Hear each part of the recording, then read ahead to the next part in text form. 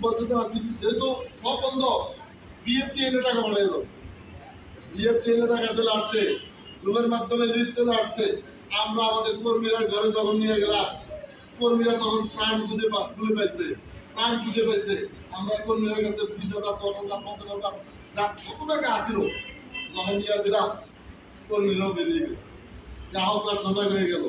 আমরা যখন এলাকায় এলাকায় গেলাম, তখন গ্রাহকরা বলছে তারা কারা, এই লোকগুলোকে আমাদের কাছে এই এলাকার টাকা নিয়ে আসলো, তারা কারা তৈরি করে ন্যাশনাল লেভেল কি জন্য আসছে?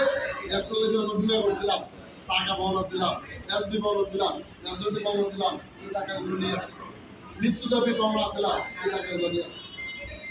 এলাকার মানুষ তখন নিজেরা নিজেরা চিন্তা করলো, যে মানুষ যে আমরা আজকে বাবা মারা গেলে সন্তান বের হয় না, মা মারা গেলে মেয়ে বের হয় না, কেউ কারোর মুখ পর্যন্ত দেখে না। আর এই দেশে এমন কি কর্মী বাহিনী যারা আজকের এই করোনা মহামারীতে নিজের জীবনের বাজি রেখে মৃত্যুকে সামনে নিয়ে মানুষের টাকা দেওয়ার জন্য বাড়ি বাড়ি আসে, নিশ্চিত তারা ভালো মানুষ।